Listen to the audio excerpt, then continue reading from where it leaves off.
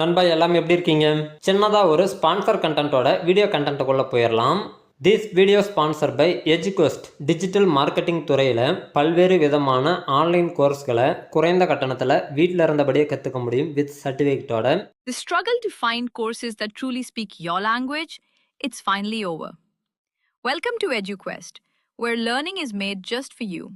At EduQuest, we bring you a wide range of online courses, from career building programs to skill boosting masterclasses, all in your regional language. Because we believe language should never be a barrier to success.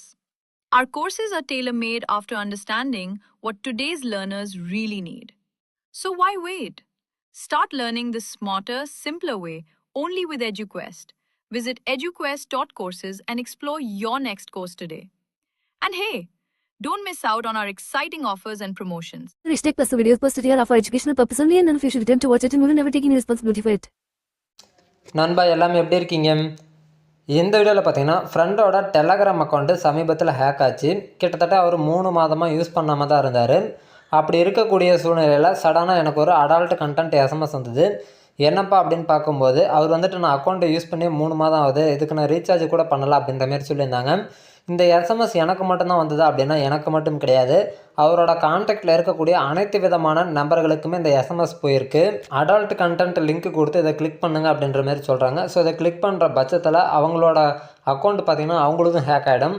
So அப்புறம் அவங்களோட கான்டாக்ட்னு சொல்லிட்டு இது வந்துட்டு ஒரு லூப்பாக form ஆகிட்டு போயிட்டே இருக்குது. So இப்படி இருக்கக்கூடிய சூழ்நிலையில் இதை எப்படி நிறுத்தலாம் அப்படின்றத அந்த வீடியோவில் பார்க்க போகிறோம்.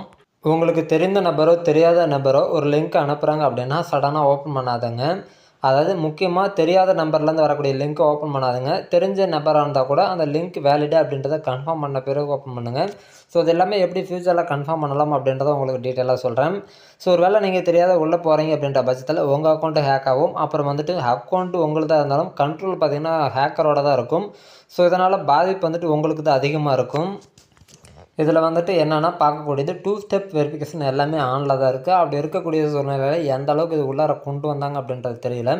இதோட லாகின் அதர் டிவைஸ் பார்த்திங்க அப்படின்னா வெவ்வேறு கண்ட்ரிகளை உங்களுக்கு ஷோவ் ஆகும். ஸோ அப்படின்னா அக்கௌண்ட் வந்துட்டு வெவ்வேறு கண்ட்ரியில் வந்துட்டு ரன் பண்ணுற மாரி விபிஎன் வச்சது கனெக்ட் பண்ணுறாங்களா என்னன்றது தெரியலை.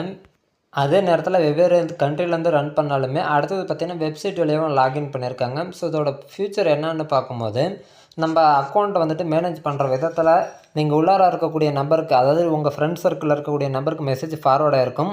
அதை நீங்கள் கண்டினியூ டெலிட் பண்ண ஆட்டோமேட்டிக்காக அடுத்தடுத்த லிங்க் ஜென்ரேட் ஆகிட்டு போயிட்டே இருக்குது. அது மட்டும் இல்லாமல் ப்ரொஃபைல் பிக்சர் யூஸர் நேம் நீங்கள் வந்துட்டு சேஞ்ச் பண்ண ரேண்டமாக அதுவே சேஞ்ச் ஆகிட்டு திரும்ப அடல்ட் கண்டென்ட்டை ஷோ ஆக தொடங்குது.